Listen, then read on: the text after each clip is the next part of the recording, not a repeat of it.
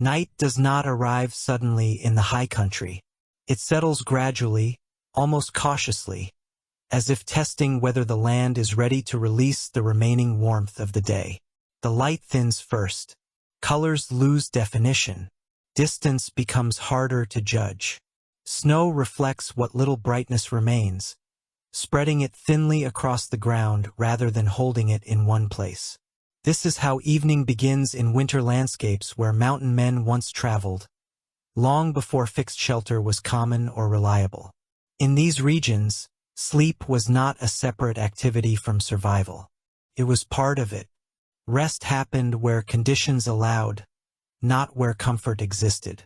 The idea of a bed did not apply. What mattered instead was position, dryness, wind direction, and the slow transfer of heat between body and ground.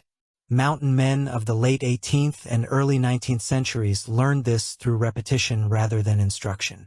Many arrived with assumptions shaped by towns, cabins, or temporary camps. Most of those assumptions did not survive their first winter. Cold behaved differently here. It was not always sharp. Often it was quiet and steady. It waited rather than attacked. A person could stand still and feel fine, then realize minutes later that sensation was fading from hands or feet. This delayed response made cold more dangerous than storms or visible threats. Sleep, when it came, needed to accommodate this reality.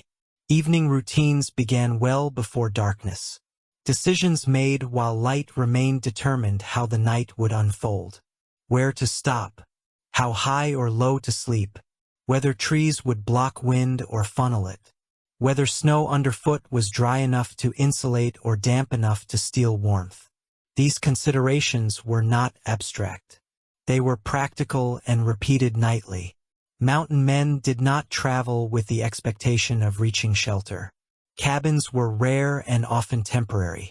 Lean-tos existed, but building one required time and energy that was not always available. Many nights were spent entirely exposed, with nothing between body and sky except clothing and careful positioning. Journals from the period describe this matter-of-factly, without complaint. Exposure was assumed. Preparation replaced comfort. As daylight faded, men slowed their movements. Energy conserved at dusk extended endurance through the night. Eating occurred late, not early, because digestion generated heat. Fat and dense foods were preferred when available. The goal was not fullness, but slow warmth. Once movement stopped, heat production dropped sharply. This transition had to be managed carefully. Fire, despite its symbolic presence in later stories, was not guaranteed. Fuel could be scarce or damp. Lighting a fire took effort when hands were already numb. Smoke and light carried far across snow. In contested areas, visibility mattered. Many nights passed without flame. This was not bravery. It was calculation. Without fire, the ground became the primary concern. Snow behaved differently depending on its condition. Dry snow trapped air and slowed heat loss. Wet snow conducted cold directly. Bare earth, when exposed, held moisture and drained warmth relentlessly. Mountain men learned to clear loose powder only until firmer layers appeared, never down to soil. Packs, spare clothing, and rolled hides were placed beneath the body, not above it. The ground took more heat than the air ever did. Position mattered. Lying flat increased contact and heat loss. Many slept curled or partially upright, knees drawn in, back supported by a pack or tree. This reduced exposure and kept blood closer to the core. It was not comfortable. Comfort was not expected. Preservation was. Wind changed everything. Even light air movement stripped heat quickly. Men learned to read terrain as a map of airflow. Valleys collected cold. Ridges redirected wind. The leeward side of trees or rock offered small but meaningful protection. Sleeping spots were chosen for stillness rather than scenery. As darkness settled fully, awareness sharpened. Sound carried differently in cold air. Distant noises felt closer. Fabric stiffened with frost and announced movement loudly. Silence did not mean safety. It meant exposure. Sleep came in fragments, not long surrender. Waking briefly to adjust position or clothing was normal. Deep, unconscious sleep was rare and sometimes dangerous. Breathing itself became deliberate. Fast breathing lost heat. Slow breathing cooled the body too much. A steady rhythm mattered. Exhaling directly into clothing introduced moisture, which froze quickly. Heads were angled to direct breath away from collars and sleeves. Moisture control mattered as much as insulation. Clothing choices reflected this understanding. Wool, fur, and buckskin dominated because they retained function when damp. Cotton, when it appeared, performed poorly. Layers were arranged loosely to trap air rather than compress tightly. Weight was distributed to avoid pressure points where circulation slowed. Boots stayed on. Frozen footwear in the morning could not be put on without fire. Hands were tucked against the body whenever possible. Extremities were protected first through positioning, not movement. Excess motion created sweat, and sweat invited cold later. Time behaved differently at night. Without firelight or clocks, hours blended. Men marked progress through sensation rather than measurement. The moment when shivering eased. The moment when cold stabilized. These were signs that the body had found balance. This balance was narrow. It required constant small corrections. But once achieved, it held. The night did not become warm. It became manageable. Mountain men lived within this margin for months at a time. The absence of drama in these nights is what defined them. No single moment decided survival. Instead, dozens of small choices accumulated quietly. Sleep was not an escape from danger. It was a negotiated pause within it. As the body settled, movement slowed further. Awareness softened but never vanished. The wilderness did not care whether a man slept. It responded only to physics and patience. Those who understood this endured. Those who did not often learned once and never repeated the mistake. The night continued without ceremony. Cold nights did not teach through sudden catastrophe. They taught through accumulation. Small discomforts layered slowly until the body either adapted or failed. Mountain men learned to pay attention early because correction became harder once cold settled deeply. By the time shivering began, the night was already ahead of them. The goal was to avoid reaching that stage at all. As evening deepened, stillness became intentional. Unnecessary movement was avoided, not because of fatigue, but because motion altered heat balance. A body that worked too hard before sleeping often entered the night damp. Dampness did not feel dangerous at first. Felt warm. Then it froze. Men who survived long winters learned to cool slightly before settling down. Not enough to shiver, but enough to prevent sweat. This restraint required patience and experience. Snow was studied closely. Its texture revealed recent temperature shifts. Powder that squeaked underfoot indicated dryness and insulation. Snow that packed silently often meant moisture beneath. Granular snow suggested partial melt and refreeze, a warning sign. Mountain men learned these distinctions through nights spent waking cold despite heavy clothing. Over time, the sound and feel of snow became a guide as reliable as sight. The ground beneath snow mattered even more. Bare earth conducted cold steadily and held moisture. Grass trapped air but flattened quickly. Packed snow, when dry, performed best. Men brushed away loose layers only until firmness appeared, then stopped. This created a base that resisted melting while still insulating. The action became routine. It was done without thought once learned. Packs served more than one purpose. During travel, they carried supplies. At night, they became insulation and structure. Placed beneath the upper body, they lifted the spine from direct ground contact. They also created a slight incline that reduced exposure. Some men slept almost seated, backs braced, knees drawn in. This posture kept circulation centered and reduced heat loss through large surface areas. Trees offered protection when chosen carefully. The leeward side of a trunk blocked wind without trapping moisture. Branches above could be dangerous if snow fell suddenly. Men tested them before settling, shaking limbs gently to release loose powder early rather than risk collapse later. This precaution appears repeatedly in winter journals, described simply without emphasis. Wind direction changed after sunset. Cold air sank and flowed downhill. Valleys collected it. Ridges redirected it. Sleeping too low meant colder air pooled around the body. Sleeping too high invited exposure. The ideal position sat between these extremes. Finding it required attention rather than strength. Once settled, adjustments continued throughout the night. Clothing stiffened as moisture froze. Seams pressed against skin and created cold points. Men smoothed folds and rotated layers gently, allowing trapped air to redistribute. These movements were slow and deliberate. Sudden motion cracked frozen fabric and invited cold inside. Hands were managed carefully. Gloves trapped moisture easily. Men removed them briefly to dry fingers in cold air, then replaced them before numbness set in. Feet received similar attention. Boots stayed on, but toes were flexed occasionally to maintain circulation. Excess motion was avoided. Every action carried cost. Breathing remained controlled. Exhaling into clothing created frost that later melted and soaked fabric. Heads were angled away from collars. Some men used loose cloth to redirect breath without sealing it. The goal was to allow moisture to escape rather than accumulate. Sound became part of awareness. Snow shifted as temperatures dropped.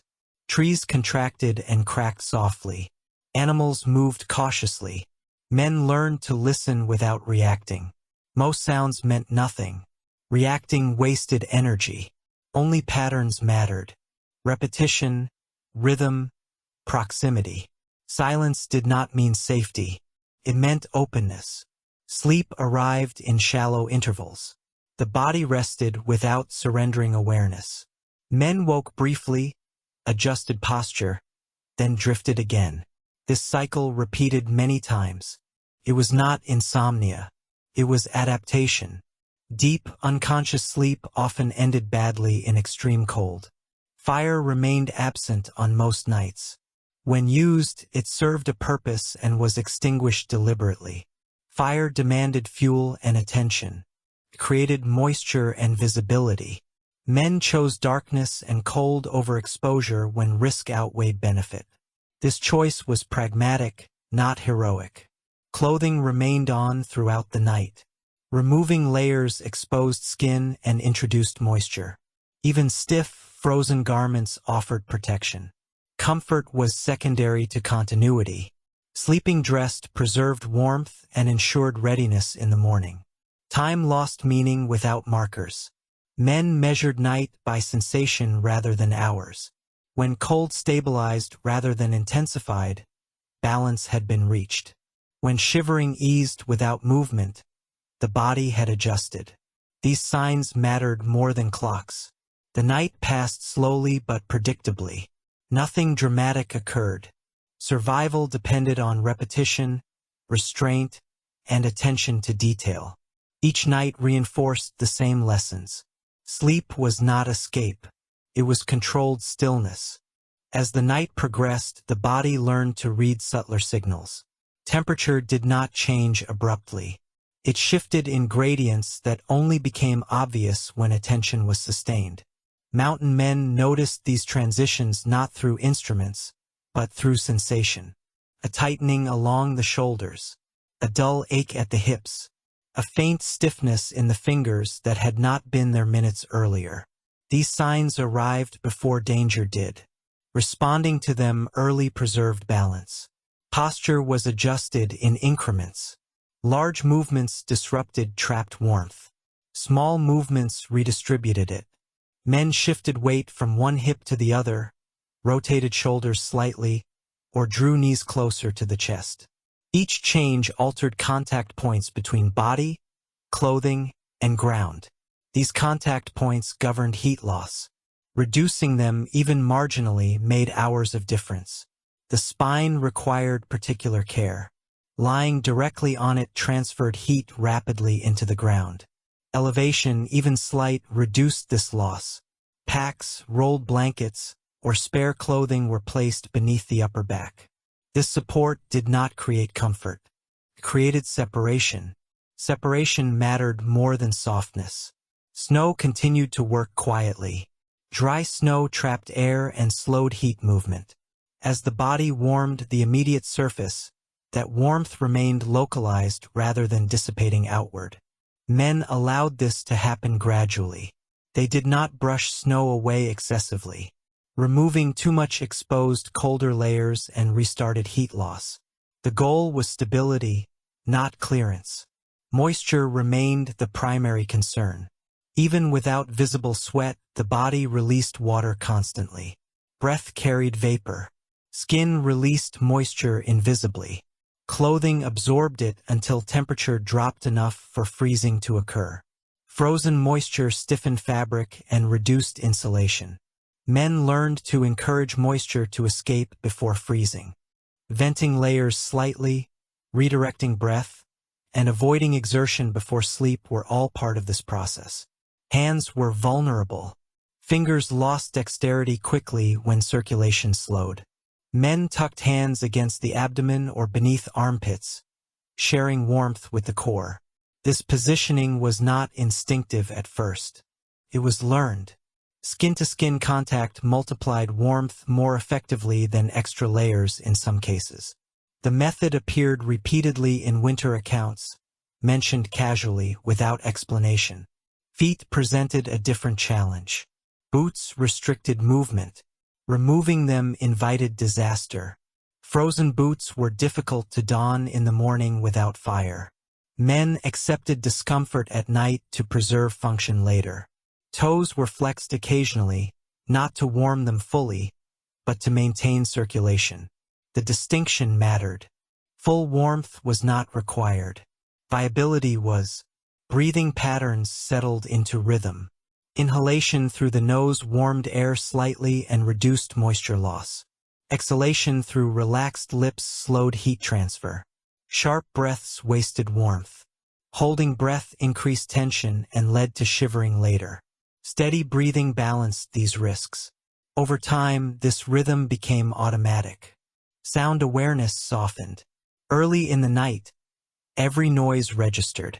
Later, only changes mattered. A repeated scrape, a steady approach, a sudden absence of background sound. These patterns were noted without panic. Most nights passed without interruption. Reacting to every sound exhausted energy.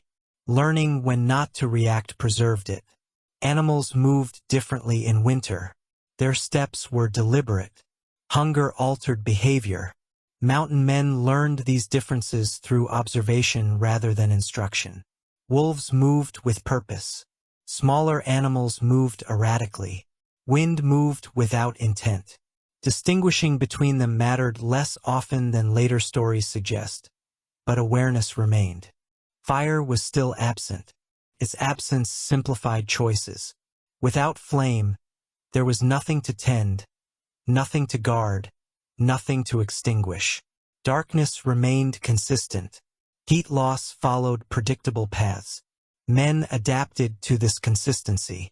Variability introduced by fire often caused more problems than it solved. Clothing stiffened further as the night cooled. Frozen fibers resisted movement. Men accepted this and reduced motion accordingly. Stability mattered more than flexibility. Frozen clothing held shape, preventing bunching that created cold bridges. Several accounts note that men slept better once garments froze evenly rather than partially. The mind adjusted more slowly than the body. Early nights brought anxiety. Later nights brought neutrality. Cold stopped feeling like a threat and began to feel like a condition. This shift did not reduce danger. It reduced distraction. Attention remained focused on practical adjustments rather than emotional response. Time stretched without markers. Men estimated progress by sensation. The coldest point of night often arrived just before dawn. This was felt as tightening rather than shock. Preparation for this moment began earlier. Layers were adjusted before the cold peaked. Movement was minimized. The body was allowed to settle into its narrow equilibrium. Sleep deepened slightly during these later hours. Still shallow, still fragmented, but longer intervals appeared. The body trusted the system it had built. Waking became less frequent. Adjustments became fewer. Balance held longer. Snow continued to settle. Tiny collapses marked temperature change. These sounds blended into background awareness. Men did not assign meaning to them unless patterns emerged. Attention remained present without effort. Isolation was normal. Many nights were spent entirely alone. Solitude did not provoke fear so much as introspection. Thoughts surfaced more easily in the absence of conversation. Experienced men learned to keep their focus practical. Dwelling on comfort or company sharpened discomfort. Counting breaths or monitoring posture kept the mind anchored. The night offered no resolution. It did not reward endurance. It simply passed. Survival depended on allowing it to do so without interference. Men who accepted this slept better than those who resisted it. As the final hours approached, the body prepared for movement. Circulation shifted gradually. Stiffness accumulated. This was expected. Rising too quickly would strain muscles and joints. Men woke slowly, restoring circulation before standing. This morning routine began while still lying down, flexing toes, fingers, and ankles in sequence. Light returned subtly. Snow reflected it before the sky brightened fully. Men did not rise at first light automatically. Cold remained intense.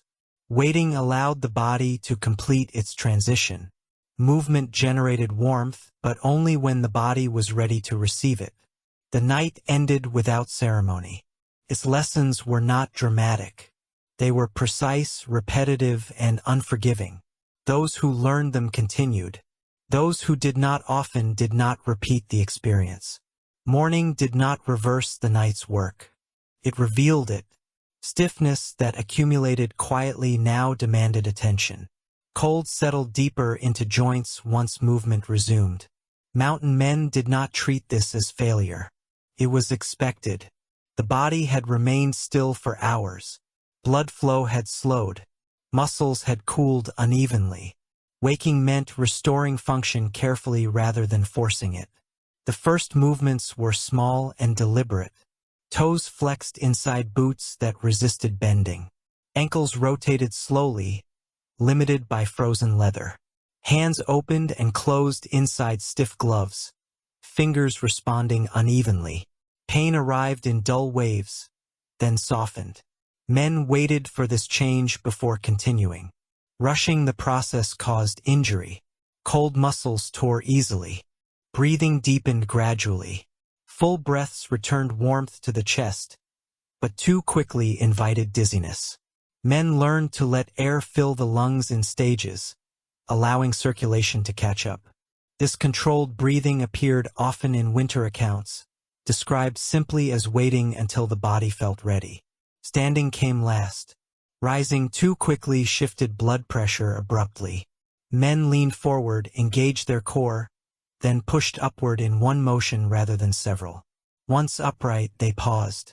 The world tilted briefly, then steadied. Only after this pause did movement begin. Cold air felt sharper while standing. Areas insulated against the ground were now exposed. Layers were closed quickly to seal gaps opened during movement. This was done instinctively, hands working without thought. Habit guided action. Tools were checked early. Cold altered function. Metal stiffened.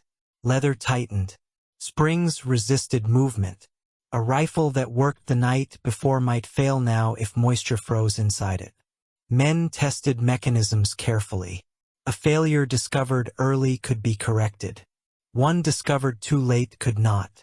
Fire, when used, often came in the morning rather than at night. It thawed fingers, loosened joints, and melted snow for water. Morning fire was less risky. Light no longer mattered. Smoke blended with daylight. Fuel gathered earlier could be used efficiently. Still, fire remained controlled. Its purpose was specific. Once achieved, it was extinguished. Water presented challenges.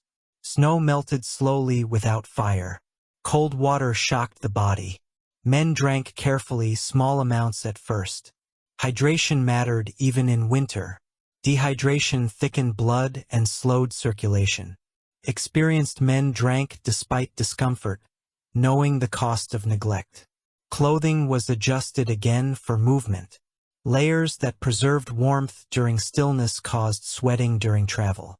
Venting became necessary. Men opened collars, loosened bindings, and allowed excess heat to escape. Sweat was avoided because it returned as cold later. This constant adjustment defined winter travel. Clothing was never static. As the day progressed, movement restored warmth fully. Joints loosened. Muscles responded more easily. The memory of night remained, but its effects softened. Men preferred to continue moving once this stage arrived. Stopping too soon allowed stiffness to return. The land changed character in daylight. Hazards hidden by darkness became visible. Tracks appeared. Snow revealed patterns of wind and drift. These signs mattered for the next night. Experienced men read them continuously. Sleep preparation began during travel, not at dusk. Terrain influenced evening choices. Slopes that felt manageable by day collected cold air at night. Valleys trapped it. Open plains invited wind. Forests blocked airflow but held moisture. No place was ideal. Each carried trade-offs. Men chose based on the night they expected rather than the day they enjoyed. Food planning mattered. Eating too early wasted potential warmth. Eating too late interfered with preparation. Many men reserved a portion specifically for evening. Dense foods were preferred. Fat burned slowly and supported warmth through the night. This knowledge appeared repeatedly in winter journals, recorded without explanation. Fatigue accumulated over days rather than nights. One poor sleep could be endured. Several could not. Men learned to adjust pace accordingly. Slower travel preserved strength. Covering fewer miles meant fewer mistakes at night. This trade favored survival. Solitude remained common. Company came and went. Nights were often spent alone even when others traveled nearby. Men did not rely on shared warmth unless trust existed. Sleeping close introduced risks. Moisture increased. Movement disturbed balance. Solitude simplified management. The mind adapted alongside the body. Early fear faded. Familiarity replaced it. Cold lost its novelty. Attention focused on routine rather than threat. This mental shift reduced exhaustion. Anxiety drained energy faster than cold itself. Stories told later exaggerated hardship. Contemporary accounts did not. Men wrote about cold as a condition rather than an enemy. This framing mattered. Accepting cold reduced tension. Fighting it increased it. Afternoons shortened as winter deepened. Preparation compressed. Men began settling earlier, not because they desired rest, but because light was valuable for decision-making. Choosing a sleeping place in daylight reduced error. Darkness limited options. As dusk returned, routines repeated. Snow was tested. Wind was read. Ground was prepared. Packs were positioned. Clothing was adjusted. Nothing dramatic occurred. The repetition itself was the method. Sleep came again in fragments. Awareness softened but remained present. Adjustments continued. Balance held. The night passed as it had before. Morning would arrive again. The cycle would repeat. Survival did not depend on strength or courage. It depended on attention, restraint, and memory. As days accumulated, the distinction between night and day softened. They were no longer separate experiences, but connected phases of the same process. Choices made while moving shaped rest later. Rest shaped movement the following morning. Mountain men learned to think in cycles rather than hours. This perspective reduced urgency and improved judgment. Weather patterns guided decisions long before they arrived. A drop in pressure changed the feel of the air. Clouds moved differently.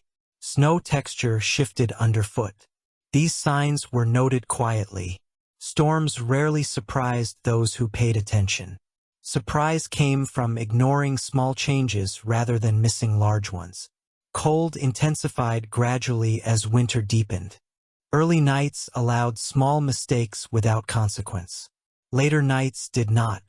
Men adjusted accordingly. Margins narrowed. Tolerance decreased. What once felt manageable became costly. This transition required humility. Techniques that worked weeks earlier were modified or abandoned. Clothing systems evolved over time. Garments were repaired constantly. Seams were reinforced. Loose fibers were trimmed. Damage that seemed minor during the day became serious at night. Wind found weak points. Moisture entered through worn areas. Men learned to inspect clothing regularly, not for appearance but for function. Layering became more deliberate. The order mattered. Materials that touched skin needed to manage moisture. Outer layers needed to block wind. Weight was distributed to avoid pressure. Compression reduced insulation. Loose draping preserved air. This understanding did not arrive immediately. It developed through nights spent correcting mistakes. Snow behaved differently as winter progressed. Early season snow was often wet and heavy. Midwinter snow became dry and fine. Late season snow crusted during the day and hardened at night. Each phase altered sleep conditions. Men adapted their preparation accordingly. No single method worked throughout the season. Wind remained unpredictable. Trees shifted it. Terrain shaped it. Sleeping spots that worked one night failed the next. Men adjusted without frustration. Expectation of consistency led to error. Expectation of change improved outcomes. Moisture control became more important as cold deepened. Breath froze faster. Sweat lingered longer. Men refined techniques to vent without exposure. Clothing was loosened briefly, then sealed again. These adjustments were subtle and continuous. They occurred without conscious thought once learned. Hands and feet continued to receive priority. Loss of dexterity affected all tasks. Men protected fingers during rest to preserve function during movement. Tools were positioned to minimize handling in cold. Efficiency reduced exposure. Sleep depth increased slightly as familiarity grew. The body trusted routine. Waking became less frequent. When it occurred, adjustments were smaller. The system held longer without intervention. This was not comfort. It was stability. Sound patterns changed with weather. Snowfall dampened noise. Clear nights amplified it. Men adjusted listening habits accordingly. Silence after snowfall was expected. Sharp sounds after clearing skies were normal. Understanding these patterns reduced unnecessary waking. Isolation shaped thought patterns. Without conversation, the mind turned inward. Men learned to keep thoughts practical. Dwelling on hardship magnified discomfort. Focusing on routine minimized it. This mental discipline appeared often in winter journals, though rarely emphasized. Fire use declined further as winter progressed. Fuel became harder to gather. Cold fingers made ignition difficult. Men relied more on positioning and clothing. Fire remained a tool of last resort rather than comfort. Its absence simplified nights. Food availability fluctuated. Hunting success varied. Men adjusted intake based on activity. Eating less during low movement preserved supplies. Eating more before cold nights supported warmth. This balance required awareness rather than appetite. Fatigue accumulated quietly. It did not announce itself. Men recognized it through slowed reactions and increased errors. When this occurred, pace was reduced. Rest extended. Ignoring fatigue led to compounding mistakes. Morning routines adapted as well. Movement began earlier to restore warmth. Stops shortened. Tasks were grouped to reduce exposure. Efficiency replaced speed. The land continued to offer information. Tracks revealed animal movement. Snow drifts showed wind direction. Ice thickness indicated temperature trends. Men read these signs constantly. They informed decisions for the coming night. Preparation became anticipatory rather than reactive. Men no longer waited for cold to signal adjustments. They acted before discomfort arrived. This shift marked experience. Anticipation preserved energy. Evenings settled into predictable patterns. Movement slowed. Food was eaten. Clothing adjusted. Ground prepared. Awareness sharpened. Nothing dramatic occurred. The routine itself was the method. Sleep arrived gradually. The body settled into its narrow balance. Cold stabilized rather than intensified. Moisture remained controlled. Breath stayed steady. Awareness softened without disappearing. The night passed again. Not easily but reliably. Survival did not require struggle. It required consistency. As winter settled fully, the environment imposed a slower pace on everything it touched. Movement took longer. Preparation required more steps. Recovery demanded patience. Mountain men adjusted not by resisting this slowdown, but by integrating it into their routines. Speed became secondary to reliability. What mattered was arriving at night prepared rather than arriving far. The cold altered perception. Distance felt longer. Weight felt heavier. Tasks that were simple in warmer months required planning. Gloves made fine work difficult. Removing them risked numbness. Men learned to sequence tasks to minimize exposure. Several actions were completed at once before hands were returned to warmth. Efficiency reduced cold injury more than strength ever could. Light became precious. Short days compressed decision-making into narrower windows. Men watched the sky constantly, not for beauty, but for timing. When shadows lengthened, attention shifted from travel to preparation. Choosing a sleeping place in daylight reduced error. Darkness limited correction. Terrain dictated nightly strategy. Flat ground offered ease of movement but little protection. Sloped ground shed wind but collected cold air below. Forests blocked wind but held moisture. Open areas allowed visibility but increased exposure. No choice was perfect. Men selected the least costly option based on conditions rather than preference. Snow depth influenced every decision. Deep snow slowed travel and increased fatigue.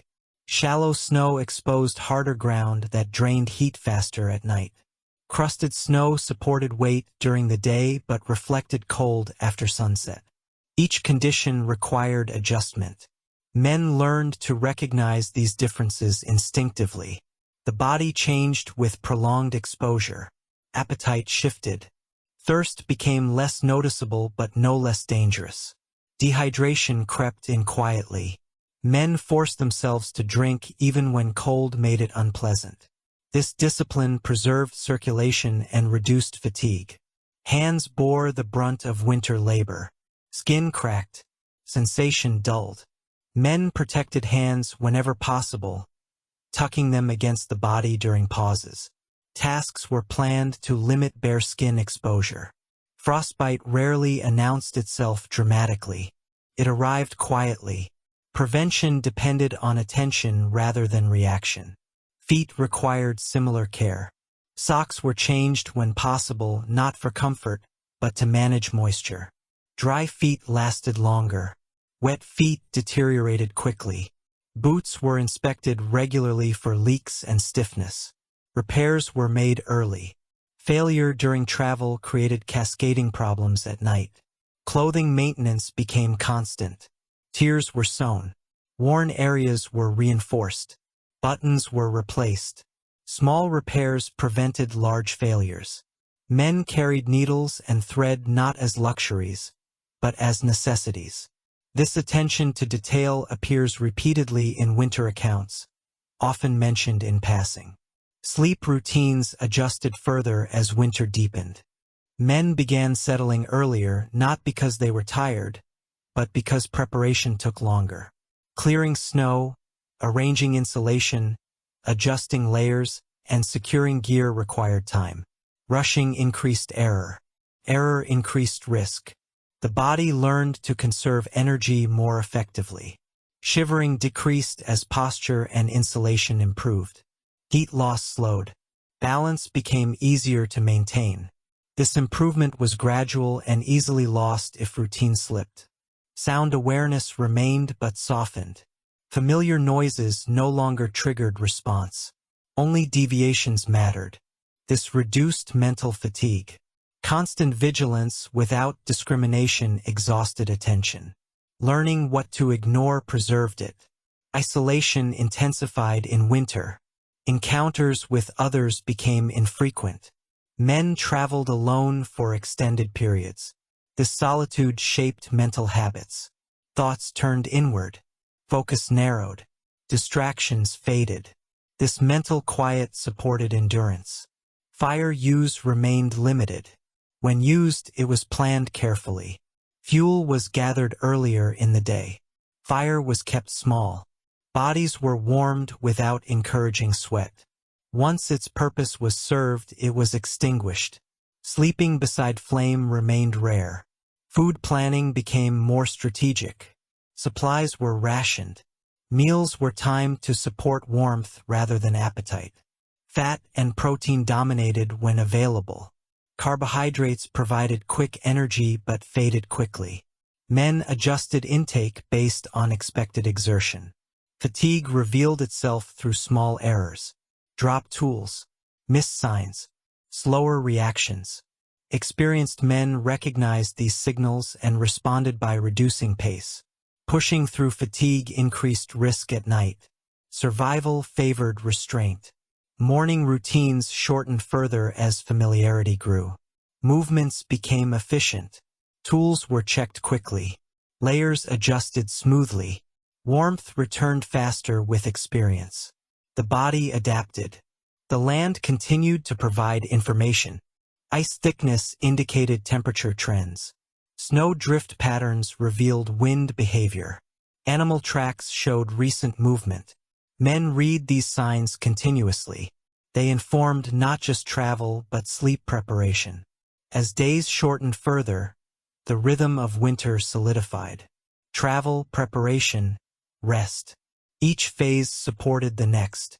Disruption in one affected the others. Maintaining balance required consistency. Evenings arrived predictably.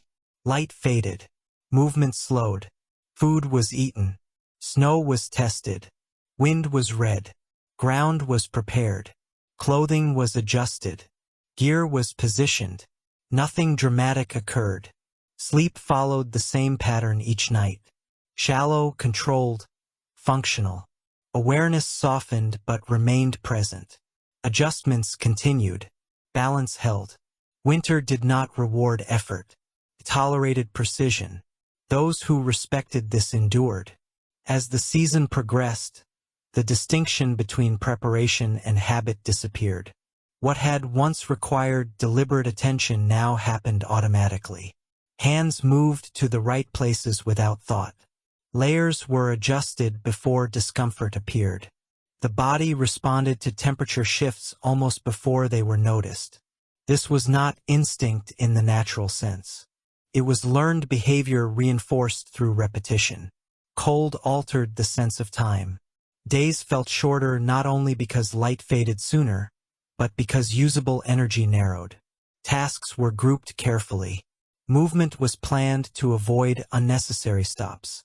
Stopping too often allowed cold to settle into muscles and joints. Continuous, Steady motion preserved warmth more effectively than bursts of effort. The ground continued to demand respect. Even after weeks of winter, men tested it nightly. Conditions changed constantly. A place that insulated well one night might drain heat the next if temperature shifted. Snow that remained dry for days could become damp after brief warming. Trusting memory instead of observation led to error. Trees offered familiarity but not certainty. Wind shifted unpredictably. Branches that blocked air one night funneled it another. Men learned to read subtle cues. The way snow gathered at a trunk. The direction of small drifts. These signs guided positioning more reliably than appearance alone. The body's response to cold became quieter. Shivering, once common, diminished. This did not mean the cold was weaker. It meant heat management improved. Posture, insulation, and breath control reduced the need for emergency responses. Shivering burned energy quickly. Avoiding it preserved strength for movement. Hands remained a constant concern. Fine motor control deteriorated quickly in cold. Men adjusted by simplifying tasks. Knots were tied larger. Tools were modified for grip. Gloves were selected for balance rather than maximum warmth. Dexterity mattered as much as insulation. Feet demanded equal attention. Snowmelt during brief thaws refroze at night, creating slick surfaces and hidden moisture. Men changed socks when possible and dried them against the body. Wet fabric froze hard and restricted movement. Dry fabric, even cold, remained usable. Sleep posture continued to evolve. Men favored positions that allowed easy adjustment without full movement. Partial upright rest reduced contact with the ground. Knees drawn in preserved warmth. Backs braced against packs or trees provided structure. These positions became habitual. Breathing patterns stabilized further. The body settled into rhythms that minimized heat loss. Conscious control faded. Automatic regulation took over. This freed mental attention for listening rather than monitoring internal processes. Sound awareness shifted again. The absence of sound became informative. Sudden silence after wind indicated snowfall. Snowfall dampened noise and altered insulation. Men adjusted expectations accordingly. Each condition carried predictable effects. Fire remained secondary. When conditions demanded it, men used it efficiently. Heat was applied to extremities and damp clothing only. Sitting too close encouraged sweating. Fire was treated with caution even when desperately needed. Food intake continued to reflect conditions. Men ate more on nights expected to be colder. Dense foods were prioritized. Hunger was tolerated when necessary, but starvation weakened heat production. Balancing intake required judgment rather than impulse. Fatigue management became more refined. Men recognized the difference between tiredness and exhaustion. Tiredness could be worked through. Exhaustion required rest. Ignoring this distinction led to compounding errors. Morning stiffness became predictable. Men accepted it as part of the process. They no longer fought it. Instead, they incorporated slow warm-up into routine. This reduced injury and preserved function. The land continued to offer constant feedback. Ice formation indicated temperature stability. Fresh snow revealed recent weather changes. Animal movement reflected environmental stress. These observations informed decisions beyond travel. Isolation continued to shape mental habits. Without conversation, the mind simplified. Attention narrowed to immediate tasks. This mental economy reduced fatigue. Complex planning gave way to short-term sequencing. Evenings remained consistent. Light faded. Movement slowed.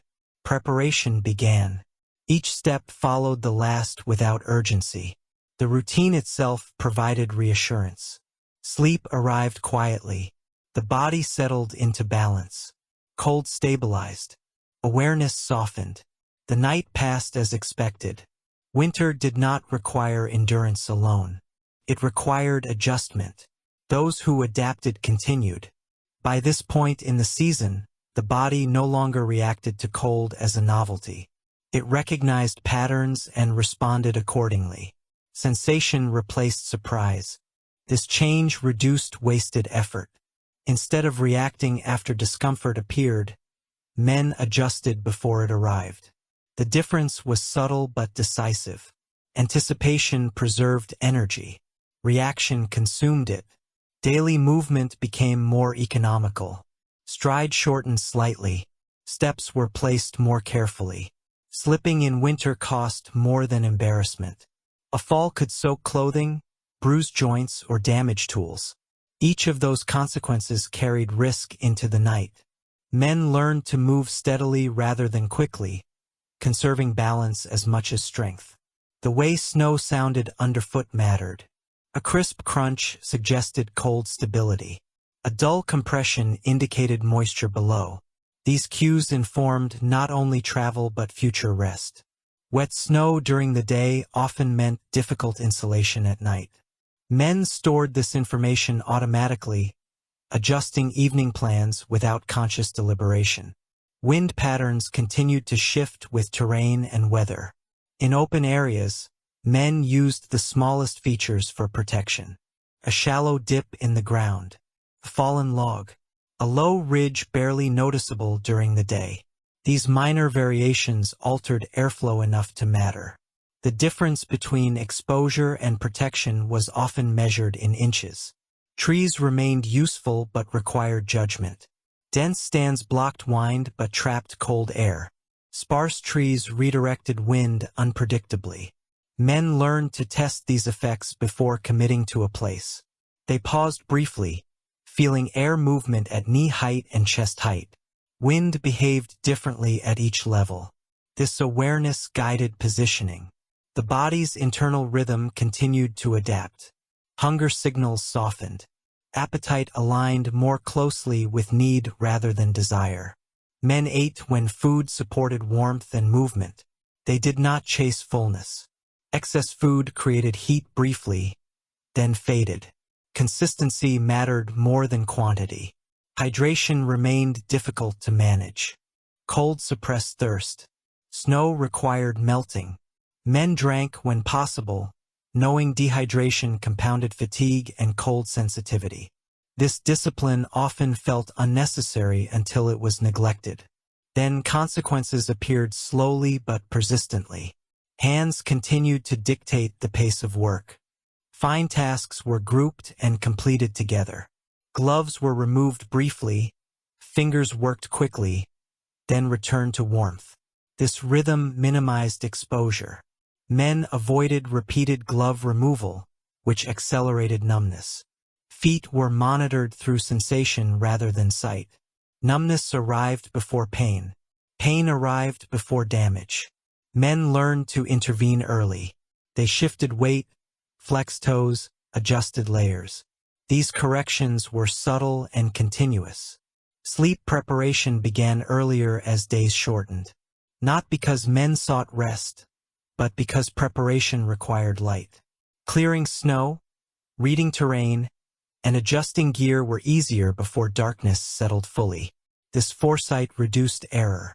The mind adapted further to isolation. Thoughts became quieter. Distractions faded. Attention focused on immediate needs. This mental simplicity reduced exhaustion. Complex planning was replaced by sequential action. One task followed another without unnecessary consideration. Sound awareness refined again. Men learned the difference between settling snow and movement, the difference between wind in branches and an animal passing. These distinctions were learned slowly and corrected often. Mistakes were remembered. Fire remained absent most nights. When used, it was brief. Men warmed hands and feet, dried damp areas, then extinguished flame. Fire introduced variability that disrupted balance. Its absence created predictability. Clothing management continued to evolve. Layers were adjusted based on activity. Venting occurred early to prevent sweat. Sealing occurred before rest to preserve warmth.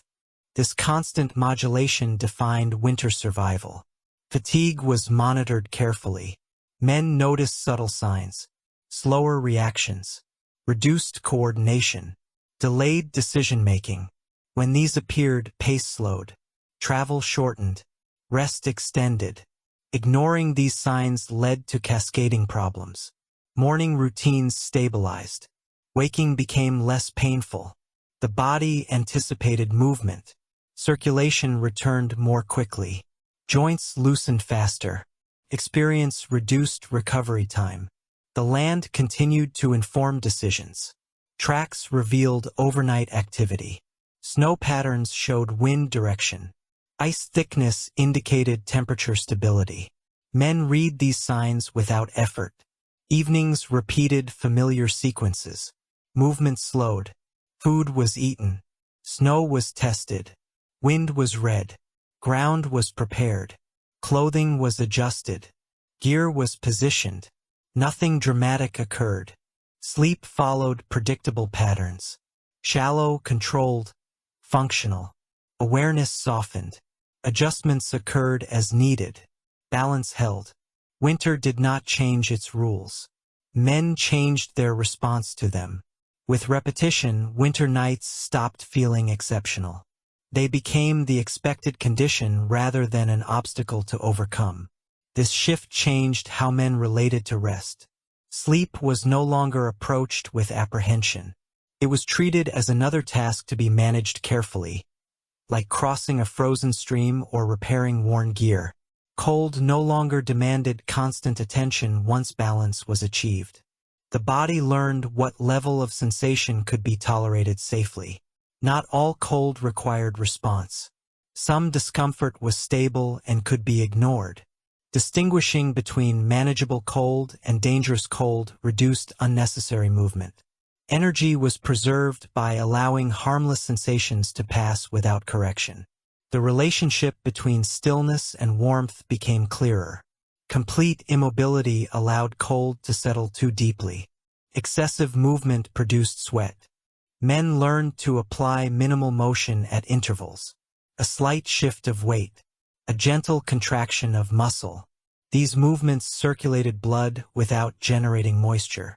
They occurred almost subconsciously once learned. Sleep posture refined further. Positions that allowed easy adjustment were favored. Lying fully flat was avoided unless insulation was exceptional. Partial upright rest supported circulation and reduced ground contact. This posture also allowed faster response to changes without fully waking. The body remained prepared even while resting. Breath continued to serve as a regulating tool. Shallow, steady breathing reduced heat loss. Exhaling too forcefully cooled the body. Holding breath increased tension and led to shivering later. Men allowed breath to settle naturally into a rhythm that supported balance. Conscious control faded as the pattern became habitual. Moisture management remained constant. Even when conditions felt stable, vigilance continued. Frozen moisture stiffened clothing and reduced insulation. Men encouraged moisture to escape early. Venting layers briefly. Redirecting breath. Brushing frost away before it melted. These actions prevented small problems from becoming large ones. Snow continued to provide insulation when treated correctly. Men learned to shape it subtly rather than remove it. A shallow wall broke wind. A slight depression reduced exposure. Snow piled too high trapped moisture. Snow cleared too deeply exposed cold ground. The balance required observation rather than force. Wind remained the most unpredictable element. Even light air movement altered heat balance significantly. Men adjusted posture to block it with shoulders or packs. Clothing seams were turned away from airflow. These corrections were small but effective. Over hours, they preserved warmth. Sound awareness softened further. Familiar noises blended into background. Only changes mattered. A sudden stillness after wind. A repeated sound where none existed before. These cues prompted brief attention without alarm. Men learned not to chase every sound. Conserving mental energy mattered as much as conserving heat. Isolation continued to shape thought patterns. Without external conversation, internal dialogue quieted. Men focused on physical sensation rather than abstract worry. This inward focus reduced fatigue. Anxiety consumed energy without benefit. Attention directed toward routine supported endurance. Fire remained absent most nights. Its absence simplified management. Without flame, there was no temptation to overheat. Clothing remained dry. Visibility remained minimal. Men accepted darkness as part of the environment rather than a problem to solve. Food timing continued to matter. Eating shortly before settling supported warmth. Eating too early wasted heat potential. Men learned to pace intake accordingly. Hunger was tolerated if it preserved future warmth. Overeating created brief comfort followed by imbalance. Fatigue was monitored closely. Men recognized when attention dulled. Errors increased. Reaction time slowed. These signs prompted adjustment. Travel slowed. Rest extended. Ignoring fatigue led to mistakes at night when correction was hardest. Morning routines became increasingly efficient. The body anticipated movement. Circulation restored more quickly. Joints loosened faster. Experience reduced the shock of waking cold. Movement resumed sooner without strain. The land continued to offer guidance. Ice formation revealed temperature stability. Snow texture indicated recent weather changes. Animal tracks showed movement patterns. These signs informed both travel and rest decisions. Preparation became anticipatory rather than reactive. Men adjusted layers before cold intensified. They selected sleeping spots before exhaustion set in. This foresight preserved energy and reduced error. Evenings remained consistent. Light faded. Movement slowed. Food was eaten. Snow was tested. Wind was read. Ground was prepared. Clothing was adjusted. Gear was positioned. Nothing dramatic occurred. Sleep followed its familiar pattern. Shallow, controlled, functional. Awareness softened but remained present. Adjustments occurred quietly. Balance held. Winter did not demand heroics. It demanded attention. Those who gave it endured. By midwinter, the environment no longer felt hostile in the way it had early on. It was not gentler, but it was familiar. Familiarity changed how effort was applied. Mountain men stopped reacting emotionally to discomfort and began responding mechanically. Cold was no longer something to defeat. It was something to work within. This shift conserved energy more effectively than any change in clothing or shelter. The body adapted in subtle ways. Circulation improved through repeated exposure. Sensation returned more quickly after numbness. Recovery from stiffness shortened. These changes were gradual and easily overlooked, but they mattered. Men who survived long winters did not become immune to cold. They became efficient at managing it. Daily travel reflected this efficiency. Movements were smoother. Steps were placed with less hesitation. The body learned how much effort it could afford without creating moisture. This balance was recalculated constantly. Too little effort allowed cold to settle. Too much effort created sweat. Men adjusted instinctively, guided by sensation rather than planning. Snow conditions grew more predictable in midwinter. Temperatures stabilized. Dry snow dominated. Insulation improved when handled correctly. Men trusted snow more now, using it deliberately to block wind and preserve warmth. Low walls were shaped carefully. Depressions were formed without exposing ground. These constructions were minimal. Excess effort wasted energy and invited moisture. Wind remained variable, but its patterns became easier to read. Clear skies brought colder nights and calmer air. Cloud cover trapped warmth but often accompanied wind. Men adjusted expectations accordingly.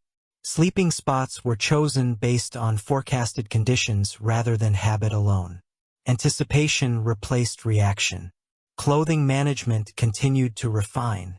Men reduced unnecessary layers. Bulk increased fatigue and restricted movement. Fewer layers, adjusted precisely, performed better than many worn poorly. Garments were rearranged based on activity and rest. What worked while moving did not work while still. This distinction guided constant adjustment. Hands continued to require careful attention. Fine motor tasks were avoided at night when possible. Tools were arranged to minimize handling. When hands were exposed, work was completed quickly and decisively. Hesitation increased exposure. Confidence reduced it. Feet were managed through discipline rather than comfort. Dry socks were protected whenever possible. Dampness was addressed immediately. Men understood that foot injury ended travel more reliably than any other issue. Protecting feet preserved mobility. Mobility preserved options. Sleep posture stabilized. Men settled into positions that balanced warmth and circulation. These positions required little adjustment once found. The body learned to recognize imbalance early and correct it with minimal movement. Waking became less frequent. Sleep intervals lengthened slightly. Still shallow, still controlled, but more continuous. Breathing patterns became fully automatic. The body regulated heat loss without conscious effort. Breath slowed. Moisture loss reduced. Men no longer thought about breathing unless conditions changed. This freed attention for listening and sensation. Sound awareness became selective. Men filtered out familiar noises entirely. Only new or irregular sounds registered. This reduced unnecessary waking. Mental energy was preserved for genuine change rather than constant vigilance. Isolation remained common. Encounters with others were brief. Men relied on their own routines rather than shared systems. Independence simplified management. Coordinating sleep and movement with others introduced complexity. Solitude allowed precision. Fire use remained rare. When used, it was planned carefully. Fuel was gathered earlier. Fire was kept small. Heat was applied strategically. Clothing was dried without encouraging sweat. Once its purpose was served, fire was extinguished. Men did not linger. Lingering created imbalance. Food intake reflected experience. Men ate consistently rather than sporadically. Meals were timed to support warmth during rest. Hunger was tolerated but not ignored. Starvation weakened heat production. Balance mattered more than abundance. Fatigue management improved. Men recognized early signs of depletion. Attention drifted. Movements slowed. Errors increased. When these signs appeared, pace was reduced deliberately. Travel shortened. Rest extended. Ignoring fatigue compounded risk at night. Morning routines became predictable. Waking stiffness was expected. Men allowed circulation to return gradually. Movement began slowly. Layers were adjusted immediately. Travel resumed smoothly. Experience reduced the shock of transition. The land continued to provide information. Ice thickness showed temperature trends. Snow texture indicated stability. Animal tracks revealed recent activity. Men read these signs constantly, integrating them into decision-making without conscious effort. As winter deepened further, the rhythm solidified. Travel, preparation, rest. Each phase supported the next. Disruption in one affected the others. Maintaining balance required consistency more than strength. Evenings remained unchanged. Light faded. Movement slowed. Food was eaten. Snow was tested. Wind was read. Ground was prepared. Clothing was adjusted. Gear was positioned. Nothing dramatic occurred. Sleep followed its familiar pattern. Shallow, controlled, functional. Awareness softened but did not vanish. Adjustments occurred quietly. Balance held. Midwinter did not reward endurance. It rewarded restraint. Those who respected this continued. Deep winter compressed life into narrower margins. There was less forgiveness now. Mistakes that once produced discomfort now produced consequence.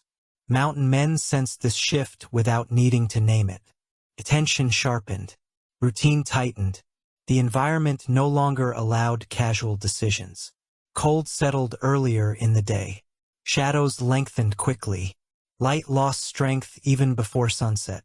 Men responded by shortening travel windows. Preparation began sooner. Finishing tasks in daylight mattered more than covering distance. Darkness removed options. Daylight preserved them. The body adjusted again. Energy reserves were guarded carefully. Movements became smaller but more precise. Men avoided unnecessary lifting, stepping, or turning. Each action was evaluated subconsciously for cost. This economy of motion preserved warmth and reduced fatigue. Snow conditions stabilized further. Dry, fine snow dominated. It insulated well but drifted easily. Wind reshaped it constantly. Sleeping areas that felt protected at dusk could become exposed later. Men accounted for this by building slight barriers and positioning packs strategically. These adjustments were minimal but effective. Wind behavior remained the greatest variable. Clear nights brought intense cold but calmer air. Clouded nights trapped warmth but often introduced movement. Men weighed these trade-offs carefully. Sleeping spots were chosen to minimize worst-case exposure rather than maximize comfort. Clothing management reached a mature stage. Layers were few but purposeful. Each garment served a specific role. Excess was avoided. Bulk created fatigue. Compression reduced insulation. Precision mattered more than quantity. Hands continued to dictate pacing. Skin thickened. Sensation dulled. Men protected fingers during rest to preserve function during movement. Tools were modified or gripped differently to accommodate gloves.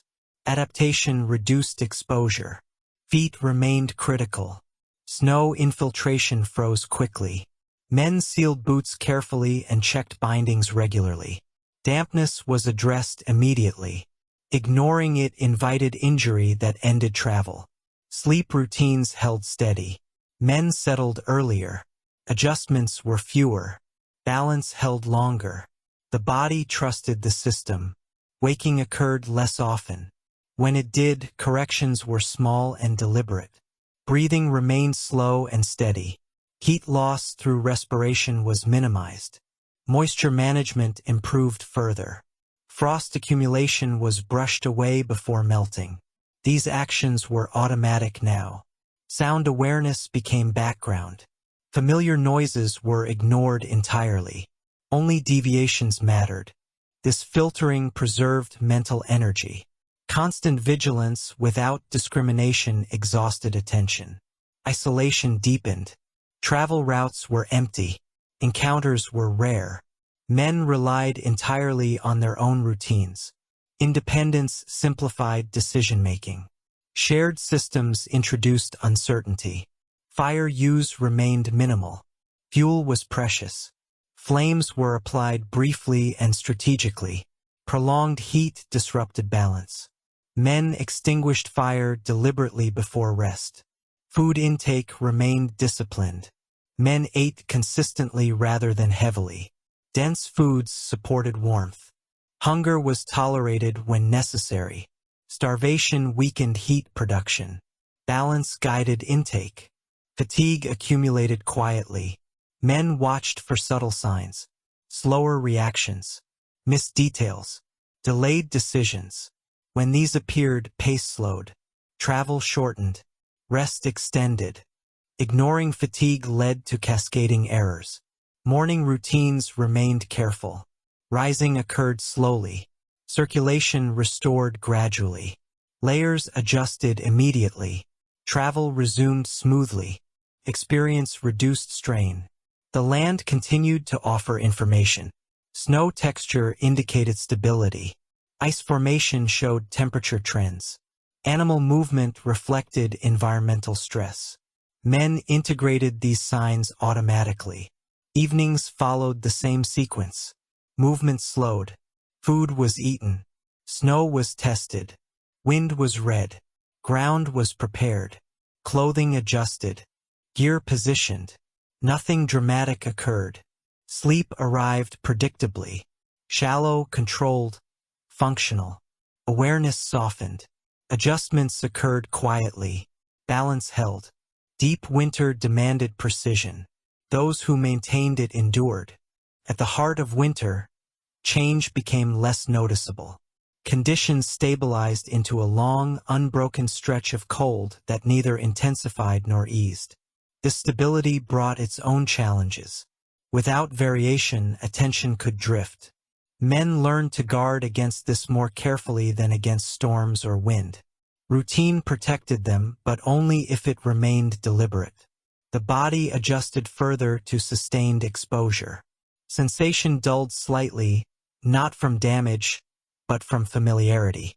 Cold no longer registered as sharply unless it crossed a threshold. This reduced distraction, but it also demanded awareness. Men monitored themselves carefully for signs that sensation had diminished too far. Numbness could be useful briefly. Prolonged numbness was not. Daily movement slowed again. Not because men were weaker, but because efficiency had reached its peak. There was no benefit to haste. Travel was measured. Steps were placed deliberately. Slipping remained a constant risk. A fall could undo weeks of careful management in seconds. Men moved as if every misstep mattered, because it did. Snowpack deepened and compacted. Trails hardened. Footing improved in some areas and worsened in others. Men adapted their gait accordingly. Hard crust supported weight but punished mistakes. Soft drifts absorbed missteps but drained energy. Choosing where to place feet became second nature. Wind patterns settled into predictable channels. Valleys funneled cold air reliably. Ridges redirected it consistently. Men used this knowledge to plan nights with greater confidence. Experience replaced guesswork. Sleeping sites were selected quickly, with fewer adjustments needed later. Clothing systems reached their most refined form. Each layer had earned its place. Nothing extra remained. Repairs were constant but minor. Seams were reinforced. Frayed edges were trimmed. Damage addressed early prevented failure later. Maintenance preserved function. Hands continued to suffer the most wear. Skin cracked despite care. Men applied grease or fat when available, not for comfort, but to preserve flexibility. Cracked skin invited infection. Infection ended travel. Prevention mattered. Feet were protected obsessively. Men monitored sensation constantly. Early numbness was addressed with subtle movement. Late numbness meant damage. Socks were dried whenever possible. Boots were inspected daily. Failure here carried no margin. Sleep posture remained unchanged. The body settled into familiar positions easily. Adjustments were rare and minimal. Balance held longer now. Sleep intervals lengthened slightly. Still shallow, still controlled, but reliable. Breathing remained slow and even. The body regulated heat loss efficiently. Moisture from breath was managed instinctively. Frost accumulation was cleared before melting.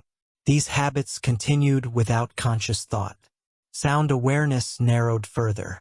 Familiar environmental noise disappeared from attention entirely.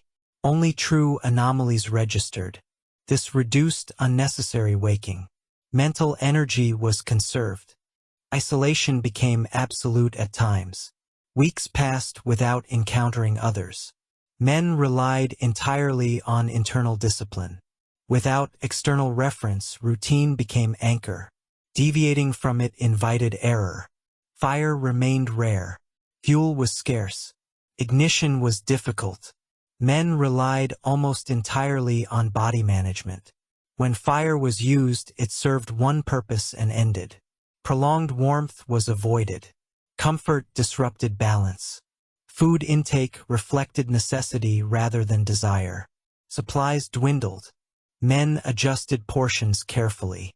Hunger sharpened focus but weakened endurance if unchecked. Balancing intake required constant judgment. Fatigue accumulated invisibly.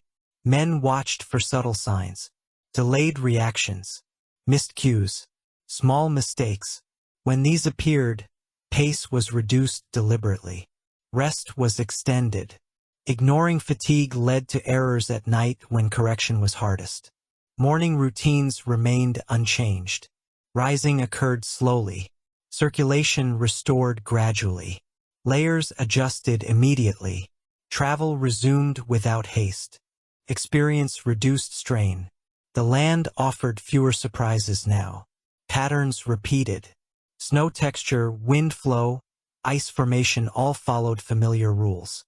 Men trusted these patterns but continued to verify them nightly. Complacency carried risk. Evenings remained identical in structure. Movement slowed. Food was eaten. Snow was tested. Wind was read. Ground was prepared. Clothing adjusted. Gear positioned. Nothing dramatic occurred. Sleep followed its established pattern. Shallow, controlled, functional. Awareness softened without disappearing. Adjustments were rare. Balance held. Deep winter was not dramatic. It was repetitive. Survival depended on maintaining precision when nothing changed. As winter extended beyond its midpoint, the greatest challenge was no longer learning how to survive the cold, but continuing to apply what had already been learned. Familiarity created a quiet danger. When conditions repeated themselves day after day, the mind sought efficiency by reducing attention. Mountain men learned to resist this impulse. Precision mattered most when the environment felt predictable. Cold settled into the land with consistency. Temperatures no longer swung wildly. Snowpack stabilized. Wind followed established paths. This regularity simplified planning, but it also encouraged complacency. Men countered this by maintaining ritual. Each evening followed the same sequence regardless of how many nights had passed without incident. Routine replaced vigilance without reducing it. The body continued to conserve energy more effectively. Movements became economical without conscious effort. Muscles engaged only as much as necessary. Balance improved. Falls became rare. This efficiency reduced fatigue, but it did not eliminate it. Endurance still required restraint. Men continued to limit unnecessary effort, especially late in the day. Snow conditions remained largely dry, but depth increased. Travel slowed accordingly. Men adjusted stride and pacing to avoid exhaustion. Breaking trail demanded far more energy than following one. Whenever possible, routes were chosen to take advantage of wind-packed surfaces or older tracks. Energy saved during the day preserved warmth at night. Wind patterns became deeply familiar. Men recognized which slopes would funnel cold air after sunset and which would remain relatively still. This knowledge guided sleeping choices almost automatically. Little deliberation was required now. Experience narrowed options quickly. Clothing management reached a steady state. Layers were rarely changed completely. Instead, small adjustments maintained balance. Collars opened briefly during exertion. Seams were sealed before rest. These micro-adjustments occurred continuously. Clothing was never static. Hands remained vulnerable despite adaptation. Skin thickened but lost sensitivity. Men compensated by relying more on visual checks and habit. Tools were handled confidently, not delicately. Hesitation increased exposure. Decisive action reduced it. Feet continued to receive constant attention. Men checked sensation frequently. Subtle numbness was addressed early. Weight was shifted. Toes flexed. Socks dried when possible. These corrections prevented damage that could not be undone. Sleep posture remained unchanged. The body settled into its established configuration quickly. Adjustments during the night were minimal. Balance held longer. Sleep intervals lengthened slightly again. Still not deep, but reliable. Breathing patterns were fully automatic. Heat loss through respiration was minimized without conscious control. Moisture management remained effective. Frost accumulation was addressed instinctively. Sound awareness continued to narrow. Familiar noises vanished from attention entirely. Only deviations registered. This filtering preserved mental energy. Constant awareness without discrimination was exhausting. Selective attention sustained endurance. Isolation remained the norm. Days passed without human contact. Men relied entirely on internal discipline.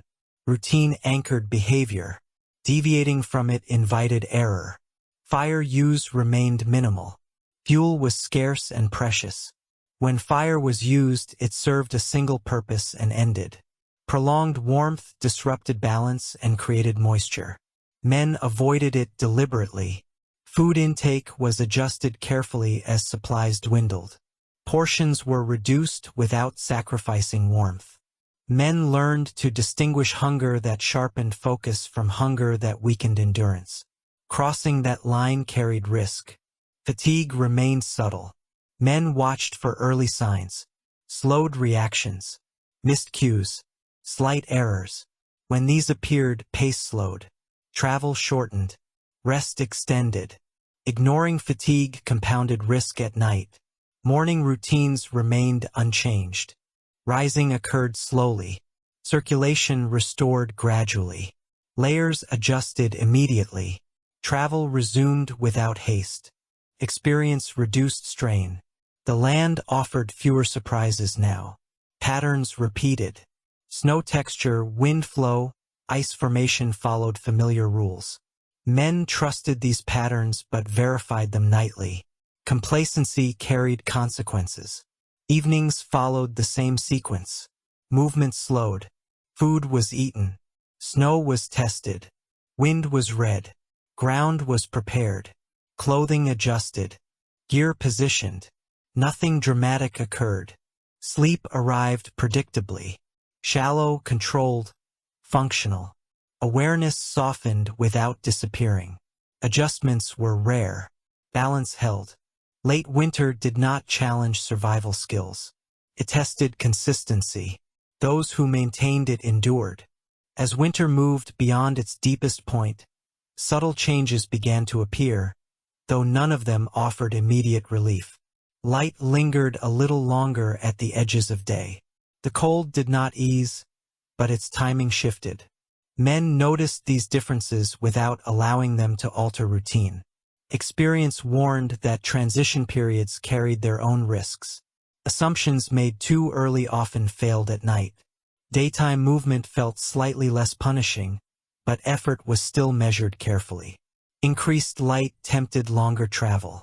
Men resisted this instinct unless conditions justified it. Extra distance gained during the day often translated into fatigue that compromised preparation at dusk. Arriving early and ready mattered more than arriving far. Snowpack began to change character. Surface layers softened briefly under daylight, then hardened again as temperatures dropped. This freeze-thaw cycle created crusts that behaved unpredictably. Men adjusted gait accordingly. Steps were placed deliberately to avoid breaking through uneven layers. A misstep now risked soaking boots or straining joints, both of which carried consequences into the night. Ground selection grew more complex. Snow that once insulated reliably now concealed moisture beneath its surface. Clearing too shallow trapped dampness. Clearing too deep exposed cold earth. Men tested layers carefully, stopping as soon as stability was found. Experience guided these decisions more than rules ever could. Wind behavior also shifted subtly. Warmer daylight altered airflow near the surface. Cold air still sank at night, but its movement became less uniform. Men observed these changes closely, testing airflow at different heights before committing to a site. Small adjustments in position mattered more now than earlier in the season. Clothing management became more demanding. Daytime warmth increased the risk of sweating. Men vented layers earlier and more frequently. At rest, they sealed them quickly to preserve warmth. Moisture replaced cold as the primary threat. Dryness mattered more than insulation alone. Hands and feet required renewed attention. Dampness arrived more easily. Men dried socks and gloves whenever possible, even briefly. Fabric that froze hard restricted circulation. Maintaining flexibility preserved function. Small efforts early prevented larger problems later. Sleep routines remained unchanged in structure. Men did not alter posture or timing simply because nights felt marginally easier. Habit had proven reliable. Changing it prematurely introduced risk. Shallow, controlled rest continued to provide sufficient recovery. Breathing patterns adjusted subtly. Moisture from exhalation replaced frost as a concern. Men directed breath carefully to avoid dampening collars and sleeves. Accepting brief exposure preserved dryness and warmth over hours. Fire use increased slightly, but only for specific purposes. Damp clothing and tools were dried early in the evening when possible. Flames were extinguished before sleep. Relying on fire through the night remained undesirable. Consistency mattered more than comfort. Sound patterns changed as snow softened. Meltwater trickled faintly beneath crusted layers. Ice cracked during temperature shifts. These sounds were noted without alarm. Familiarity prevented distraction. Men integrated new patterns into awareness without overreaction. Fatigue management remained critical. Transitional conditions demanded more attention and correction. Men watched themselves closely for signs of depletion. When errors increased, pace slowed deliberately. Travel shortened. Rest extended. Ignoring fatigue during this phase often led to injury. Morning routines adapted slightly. Rising required greater care as ground became slick. Men restored circulation slowly before standing. Movement began cautiously. Layers were vented early to manage moisture. Travel resumed only once balance returned. The mental discipline developed earlier continued to matter. Anticipation of spring offered no advantage. Expectation distracted from attention. Men focused on immediate conditions rather than seasonal change. Winter still held authority. The land continued to provide information. Snow texture revealed temperature shifts. Ice formation indicated stability. Animal movement reflected environmental stress. Men read these signs constantly, adjusting plans quietly. Evenings followed the same familiar sequence. Movement slowed. Food was eaten. Snow was tested. Wind was read. Ground was prepared. Clothing adjusted. Gear positioned. Nothing dramatic occurred. Sleep arrived in its familiar form. Shallow, controlled, functional. Awareness softened without disappearing. Adjustments occurred quietly. Balance held. Late winter did not relax its demands. Changed them. Those who adapted without altering fundamentals continued. As the season edged forward, winter began to test restraint rather than endurance. The cold still arrived each night with authority, but daylight invited temptation. Longer hours of light suggested opportunity. Men learned to distrust this suggestion. More light did not mean more margin. It meant more ways to make mistakes. Daytime warmth increased just enough to complicate effort. Movement that once produced no moisture now risked dampness. Men adjusted by slowing pace even further.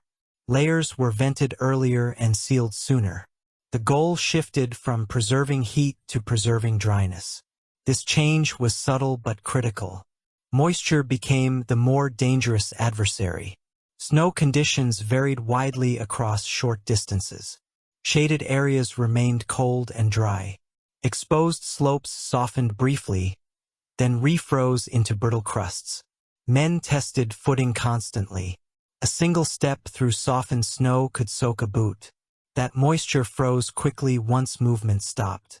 Nights punished these errors without delay. Ground preparation demanded renewed attention. Snow that insulated well in midwinter now concealed dampness beneath its surface. Men cleared deeper only until firmness appeared, then stopped. They avoided exposing bare soil whenever possible. Stability mattered more than warmth. Predictable cold was easier to manage than variable dampness. Wind behavior became less reliable. Daytime warming altered airflow patterns near the surface. At night, cold air still settled, but its movement was less uniform. Men tested wind at multiple heights before choosing a sleeping position. Slight changes in placement mattered more now than earlier in the season. Clothing management required constant correction. Layers that preserved warmth during stillness caused sweating during movement. Men vented earlier and more often. At rest, they sealed garments quickly to trap warmth. These transitions occurred repeatedly throughout the day. Clothing was adjusted dozens of times without thought. Hands suffered more during this phase. Dampness softened skin, then refroze it. Cracks widened. Sensation dulled unevenly. Men protected fingers whenever possible, using body heat rather than movement. Gloves were dried frequently, even briefly. Small efforts preserved dexterity. Feet faced similar challenges. Freeze-thaw cycles stressed footwear. Leather softened, then stiffened. Seams loosened.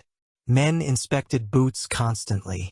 Socks were changed or dried whenever possible. Protecting feet remained non-negotiable. Mobility preserved choice. Loss of mobility ended travel. Sleep routines remained unchanged in structure. Men resisted the urge to relax posture or preparation simply because nights felt marginally easier. Habit had proven reliable. Altering it prematurely introduced risk.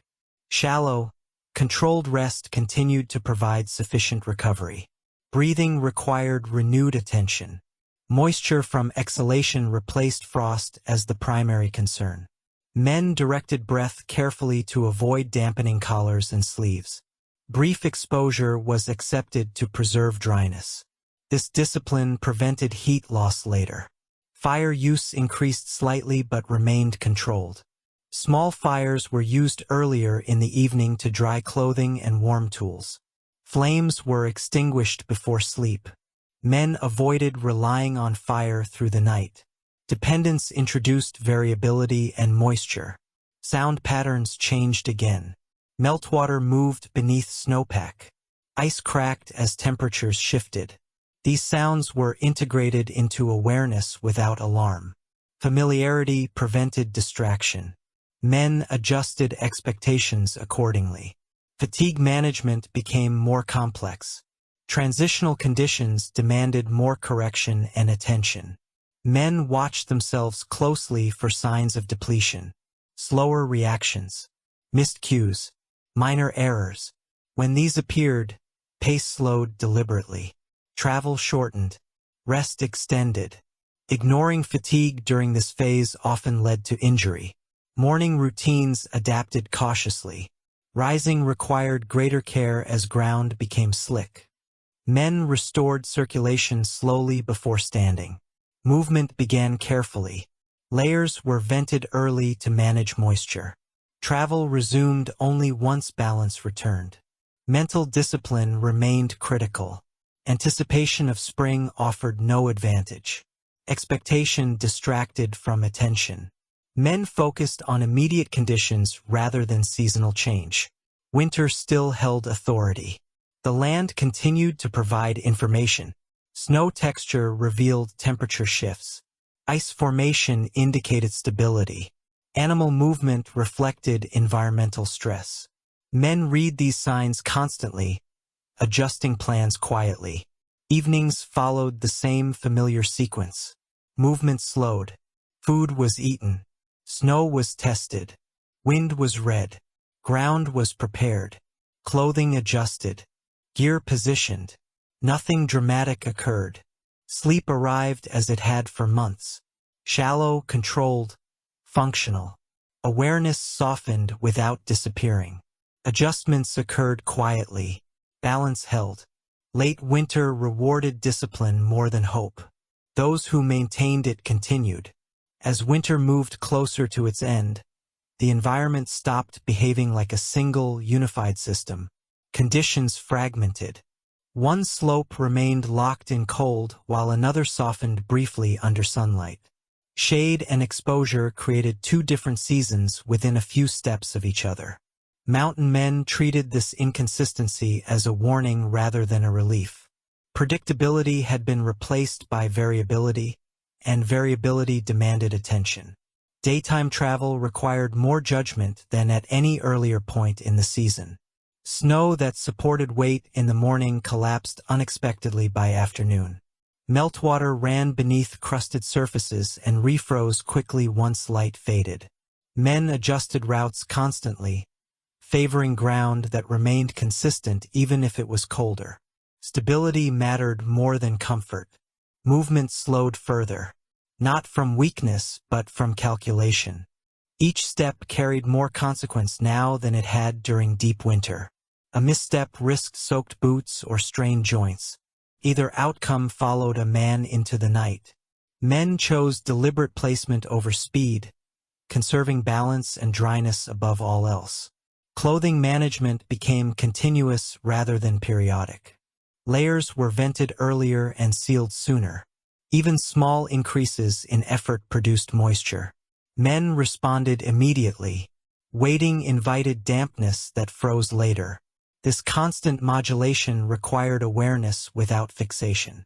Habit carried much of the burden. Hands suffered renewed stress. Damp air softened skin, then cold stiffened it again.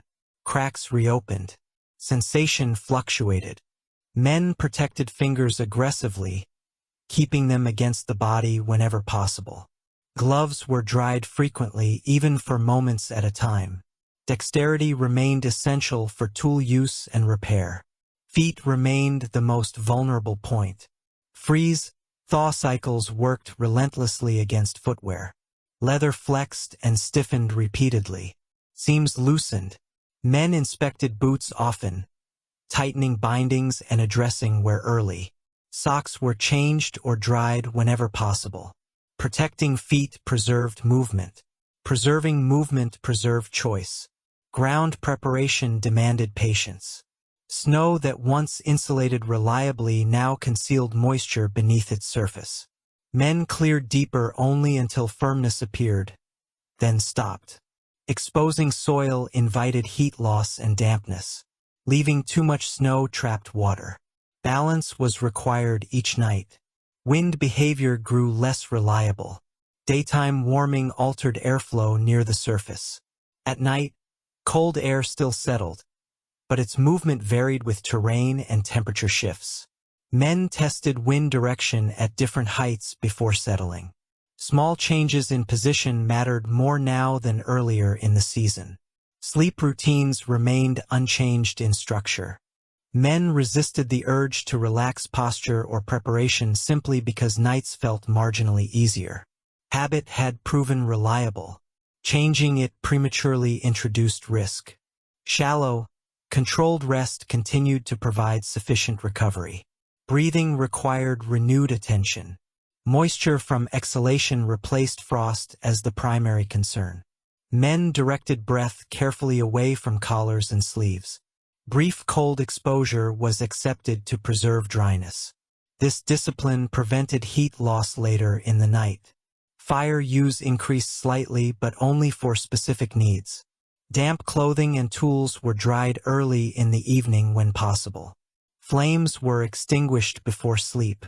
Relying on fire through the night remained undesirable. Consistency mattered more than comfort. Sound patterns changed again. Meltwater moved beneath snowpack. Ice cracked as temperatures shifted. These sounds were noted without alarm. Familiarity prevented distraction. Men integrated new patterns into awareness without overreaction. Fatigue management became more complex.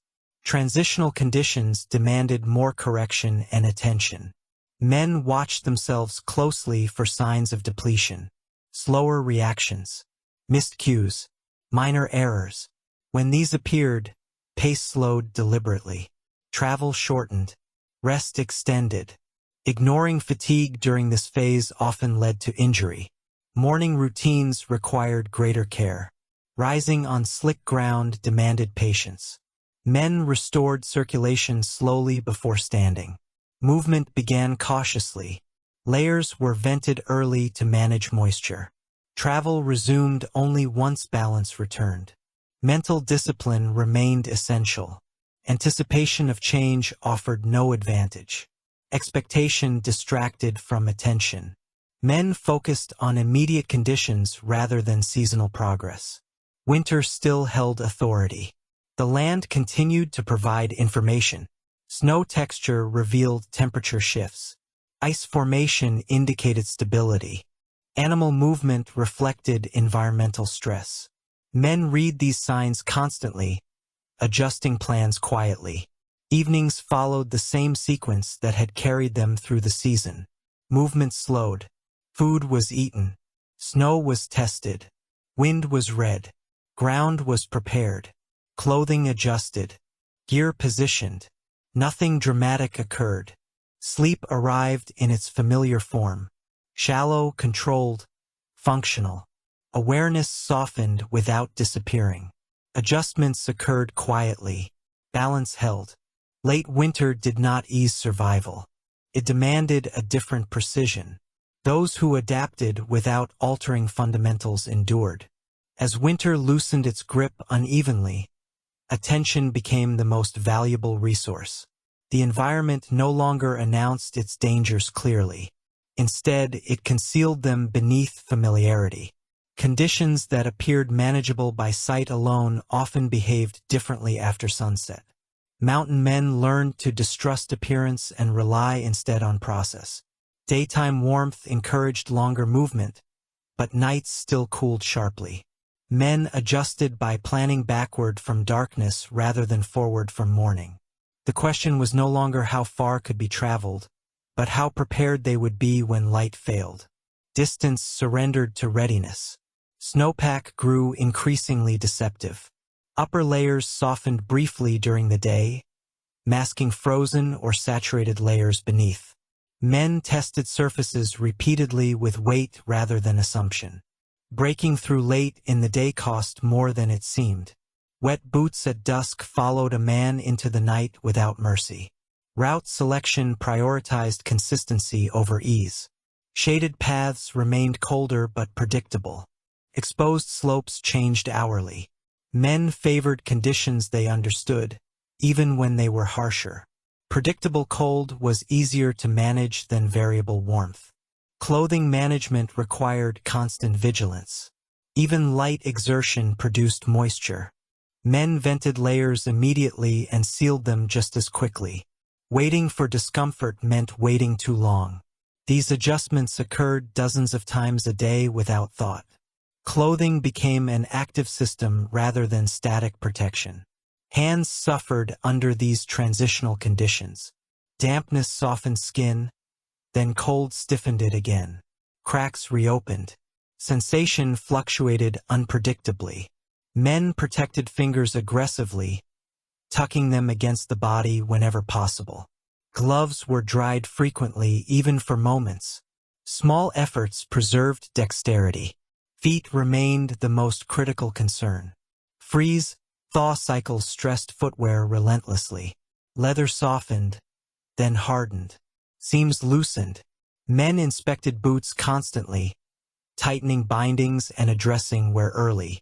Socks were changed or dried whenever possible. Preserving mobility preserved choice. Losing it ended travel. Ground preparation required renewed patience. Snow that once insulated reliably now concealed moisture. Men cleared deeper only until firmness appeared, then stopped. Exposing bare soil invited dampness and heat loss. leaving too much snow trapped water. Balance was essential. Wind behavior became less predictable. Daytime warming altered airflow near the surface. At night, cold air still sank, but its movement varied with terrain and temperature shifts. Men tested wind at multiple heights before settling. Small adjustments in position mattered more now than earlier in the season. Sleep routines remained unchanged in structure. Men resisted the temptation to relax posture or preparation simply because nights felt marginally easier. Habit had proven reliable. Altering it prematurely introduced risk. Shallow, controlled rest continued to provide sufficient recovery. Breathing required renewed attention. Moisture from exhalation replaced frost as the primary concern. Men directed breath carefully away from collars and sleeves. Brief cold exposure was accepted to preserve dryness. This discipline prevented heat loss later. Fire use increased slightly but remained controlled. Damp clothing and tools were dried early in the evening when possible. Flames were extinguished before sleep. Relying on fire through the night remained undesirable. Consistency mattered more than comfort. Sound patterns shifted again. Meltwater moved beneath snowpack. Ice cracked as temperatures changed. These sounds were noted without alarm. Familiarity prevented distraction. Men integrated new patterns into awareness without overreaction. Fatigue management demanded heightened awareness. Transitional conditions required more correction and attention. Men watched for subtle signs of depletion, slower reactions, missed cues, minor errors. When these appeared, pace slowed deliberately. Travel shortened. Rest extended. Ignoring fatigue during this phase often led to injury. Morning routines required extra care. Rising on slick or refrozen ground demanded patience. Men restored circulation slowly before standing. Movement began cautiously. Layers were vented early to manage moisture. Travel resumed only once balance returned. Mental discipline remained essential. Anticipation of spring offered no advantage. Expectation distracted from attention. Men focused on immediate conditions rather than seasonal progress. Winter still held authority. The land continued to speak quietly. Snow texture revealed temperature shifts. Ice formation indicated stability. Animal movement reflected environmental stress. Men read these signs constantly, adjusting plans without ceremony. Evenings followed the same sequence that had carried them through the season. Movement slowed. Food was eaten. Snow was tested. Wind was read. Ground was prepared. Clothing adjusted. Gear positioned. Nothing dramatic occurred. Sleep arrived as it had for months. Shallow, controlled, functional. Awareness softened without disappearing. Adjustments occurred quietly. Balance held. Late winter tested patience more than strength. Those who maintained discipline endured. As the final weeks of winter approached, the landscape entered a phase that demanded the greatest precision of the entire season. Conditions no longer followed a single logic. Cold, warmth, moisture, and wind interacted in shifting combinations that changed hour by hour. Mountain men recognized this period as one that punished assumption more harshly than ignorance. What had worked reliably for months now required constant verification. Daytime travel became increasingly deceptive.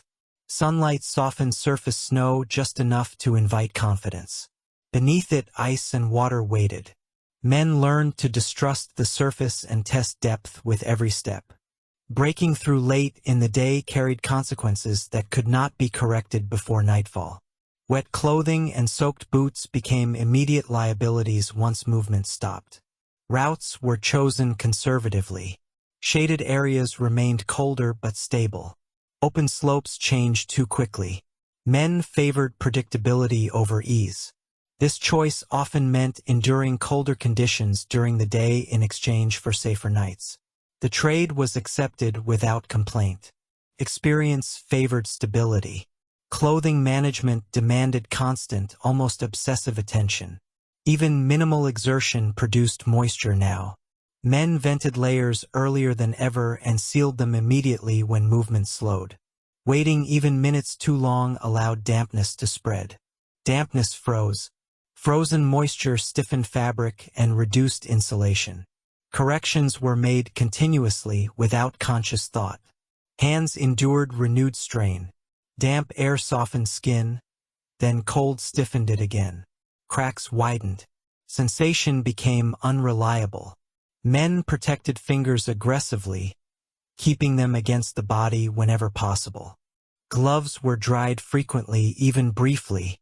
Dexterity mattered more now than at any other point. Repairs, adjustments, and tool use all depended on functional hands. Feet faced their greatest challenge of the season. Freeze-thaw cycles attacked footwear relentlessly. Leather flexed, softened, then hardened repeatedly. Seams loosened, soles stiffened. Men inspected boots constantly, tightening bindings and reinforcing weak points. Socks were changed or dried whenever possible. Protecting feet preserved mobility. Losing mobility removed choice entirely. Ground preparation required patience and restraint. Snow that once insulated reliably now concealed dampness beneath. Men cleared deeper only until firm, dry layers appeared, then stopped. Exposing soil invited moisture and heat loss. Leaving too much snow trapped water. The correct depth changed nightly. Experience guided judgment. Wind behavior became erratic. Daytime warming altered airflow near the surface. At night, cold air still sank, but its movement depended on terrain, temperature, and cloud cover. Men tested wind at multiple heights before settling. Slight changes in position made significant differences. Packs and terrain were used strategically to block airflow. Sleep routines remained unchanged in structure despite shifting conditions. Men resisted the temptation to relax preparation simply because nights felt marginally less severe. Habit had preserved them through months of cold. Altering it prematurely introduced unnecessary risk. Shallow, controlled rest continued to provide sufficient recovery. Breathing demanded renewed care. Moisture from exhalation replaced frost as the dominant concern. Men directed breath carefully away from collars and sleeves. Brief cold exposure was accepted to preserve dryness. This discipline prevented greater heat loss later in the night. Fire use increased slightly, but only with restraint. Damp clothing and tools were dried early in the evening when possible. Flames were kept small and controlled. Once drying was complete, fire was extinguished. Relying on fire through the night remained undesirable. Dependence introduced variability and moisture. Sound patterns shifted again. Meltwater moved beneath snowpack. Ice cracked as temperatures changed rapidly. These sounds were noted without alarm. Familiarity prevented distraction. Men integrated new patterns into awareness without reaction. Fatigue management became more demanding. Transitional conditions required constant correction and attention. Men monitored themselves closely for subtle signs of depletion. Slower reactions. Missed cues. Minor errors. When these appeared, pace slowed deliberately. Travel shortened. Rest extended. Ignoring fatigue during this phase often led to injury. Morning routines required greater care than at any earlier point. Rising on slick or refrozen ground demanded patience. Men restored circulation slowly before standing. Movement began cautiously. Layers were vented early to manage moisture. Travel resumed only once balance returned. Mental discipline remained the final safeguard. Anticipation of spring offered no advantage. Expectation distracted from observation.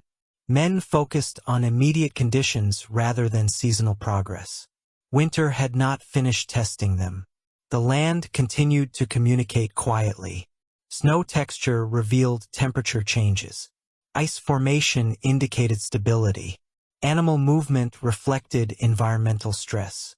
Men read these signs constantly, adjusting plans without ceremony. Evenings followed the same sequence that had carried them through the season. Movement slowed. Food was eaten. Snow was tested. Wind was read. Ground was prepared. Clothing adjusted. Gear positioned. Nothing dramatic occurred.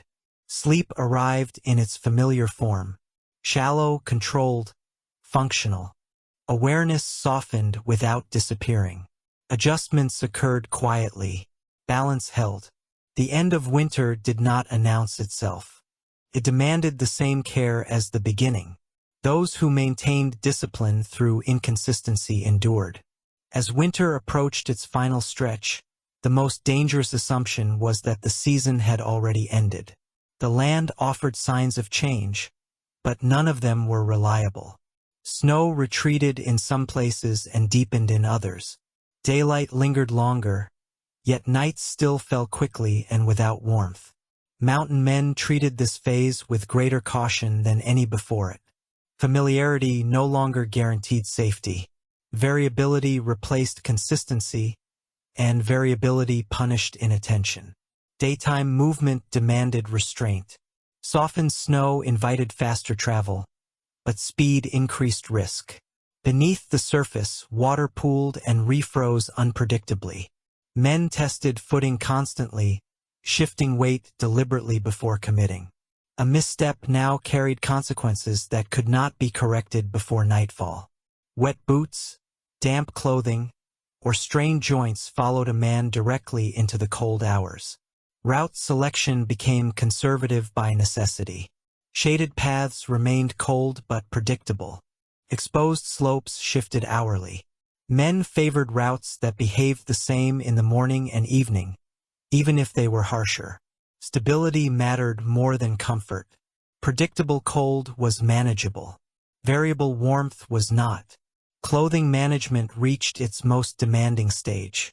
Even light exertion produced moisture. Men vented layers earlier than ever and sealed them immediately when movement slowed. These adjustments occurred continuously, often without conscious thought. Waiting invited dampness. Dampness froze. Frozen moisture stiffened fabric and reduced insulation. Prevention mattered more than correction. Hands endured constant stress. Damp air softened skin, then cold stiffened it again. Cracks reopened. Sensation became unreliable. Men protected fingers aggressively, keeping them against the body whenever possible. Gloves were dried repeatedly, even briefly. Dexterity remained essential for tool use, repairs, and preparation. Losing it introduced cascading problems. Feet faced relentless challenge. Freeze-thaw cycles attacked footwear without pause. Leather softened, hardened, and cracked. Seams loosened. Men inspected boots constantly, tightening bindings and reinforcing weak points. Socks were changed or dried whenever possible. Preserving mobility preserved choice.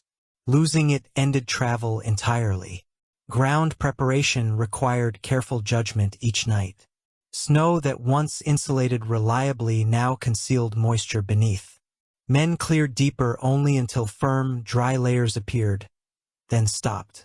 Exposing soil invited dampness and heat loss. Leaving too much snow trapped water. The correct balance shifted nightly. Experience guided decision-making. Wind behavior grew increasingly erratic. Daytime warming altered airflow near the surface. At night, cold air still sank, but its movement depended on terrain, cloud cover, and temperature shifts. Men tested wind at multiple heights before settling. Small adjustments in position produced significant differences. Packs, terrain, and posture were used deliberately to block airflow. Sleep routines remained unchanged in structure despite the shifting environment. Men resisted the temptation to relax preparation simply because nights felt marginally easier. Habit had preserved them through months of cold. Altering it prematurely introduced unnecessary risk.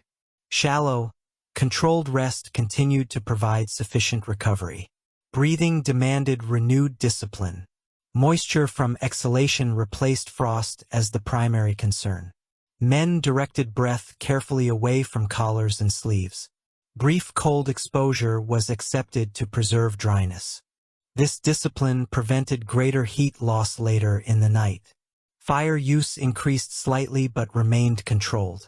Damp clothing and tools were dried early in the evening when possible.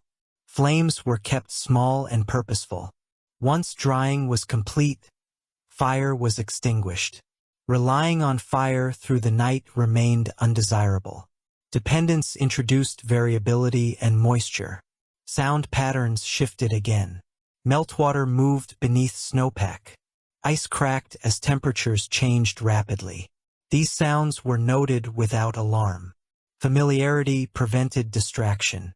Men integrated new patterns into awareness without reaction. Fatigue management became critical. Transitional conditions demanded constant correction and attention. Men monitored themselves closely for subtle signs of depletion. Slower reactions. Missed cues. Minor errors. When these appeared, pace slowed deliberately. Travel shortened. Rest extended. Ignoring fatigue during this phase often led to injury. Morning routines required greater patience than earlier in the season. Rising on slick or refrozen ground demanded caution. Men restored circulation slowly before standing. Movement began carefully. Layers were vented early to manage moisture. Travel resumed only once balance returned.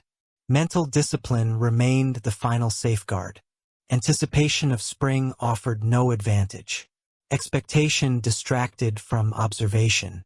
Men focused on immediate conditions rather than seasonal progress. Winter had not finished testing them. The land continued to communicate quietly. Snow texture revealed temperature changes.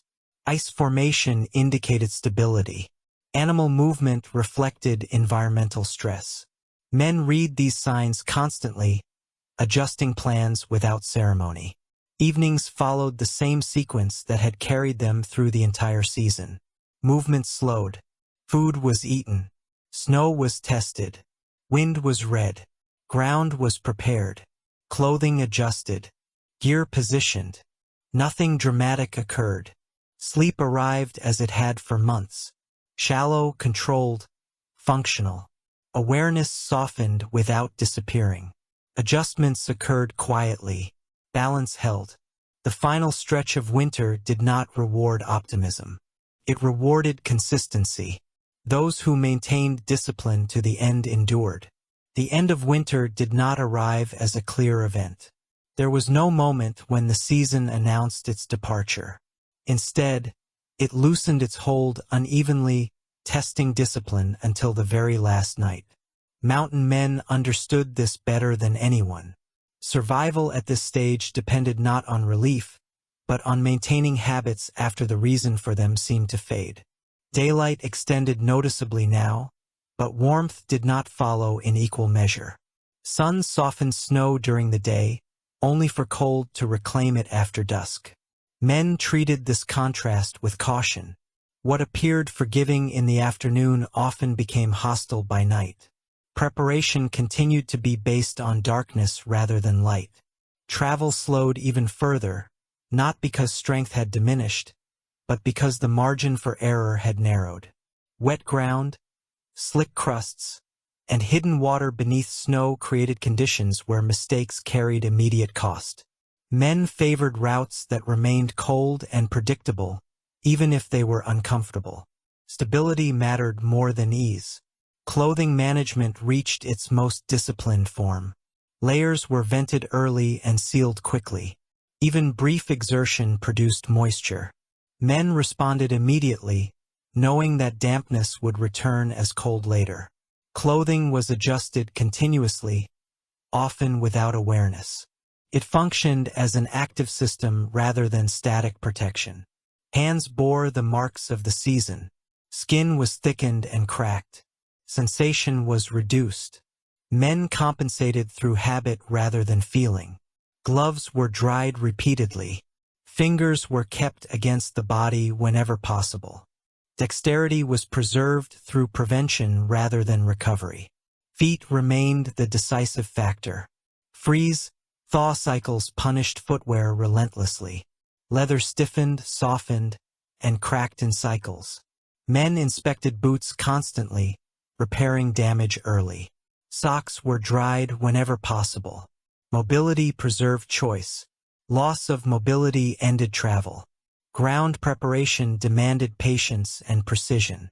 Snow that once insulated reliably now concealed moisture. Men cleared carefully, stopping as soon as firm, dry layers appeared. Exposing soil invited dampness and heat loss. Leaving too much snow trapped water. The correct balance shifted nightly. Experience guided judgment. Wind behavior remained unreliable. Daytime warming altered airflow near the surface. At night, cold air still sank, but its movement varied with terrain and cloud cover. Men tested wind direction at multiple heights before settling. Slight adjustments in position produced meaningful differences. Packs and terrain were used deliberately to block airflow. Sleep routines remained unchanged to the end. Men did not relax posture or preparation simply because nights felt marginally less severe. Habit had preserved them through months of cold. Altering it prematurely invited failure. Shallow, controlled rest continued to provide sufficient recovery. Breathing discipline remained essential. Moisture from exhalation replaced frost as the primary concern. Men directed breath away from collars and sleeves. Brief cold exposure was accepted to preserve dryness. This discipline prevented greater heat loss later in the night. Fire was used cautiously. Damp clothing and tools were dried early in the evening when possible. Flames were kept small and controlled. Once their purpose was served, they were extinguished. Reliance on fire through the night remained undesirable. Consistency mattered more than comfort. Sound patterns shifted subtly. Meltwater moved beneath snowpack. Ice cracked as temperatures changed. These sounds were familiar now. They were noted without alarm and integrated into awareness without reaction. Fatigue management remained critical until the end. Men watched themselves closely for subtle signs of depletion. Slower reactions. Missed cues. Minor errors. When these appeared, pace slowed deliberately. Travel shortened. Rest extended. Ignoring fatigue at this stage often led to injury. Morning routines softened slightly but did not disappear. Rising still occurred slowly. Circulation was restored before standing. Movement began cautiously. Layers were vented early to manage moisture. Travel resumed only once balance returned. Mental discipline carried men through the final nights. Anticipation of spring offered no advantage. Expectation distracted from observation. Men focused on immediate conditions rather than seasonal progress. Winter relinquished control only when it was finished testing them. The land continued to communicate quietly. Snow texture revealed temperature shifts. Ice formation indicated stability. Animal movement reflected environmental stress. Men read these signs as they always had, adjusting plans without ceremony. Evenings followed the same sequence that had carried them through the entire season. Movement slowed. Food was eaten. Snow was tested. Wind was read. Ground was prepared. Clothing adjusted. Gear positioned. Nothing dramatic occurred. Sleep arrived one last time under winter's rules. Shallow, controlled, functional. Awareness softened without disappearing. Adjustments occurred quietly. Balance held. When the season finally released its hold, it did so without announcement. What remained were habits shaped by repetition. They faded slowly as conditions allowed, but they were never forgotten. Winter had not been survived through strength or luck, but through attention applied consistently night after night.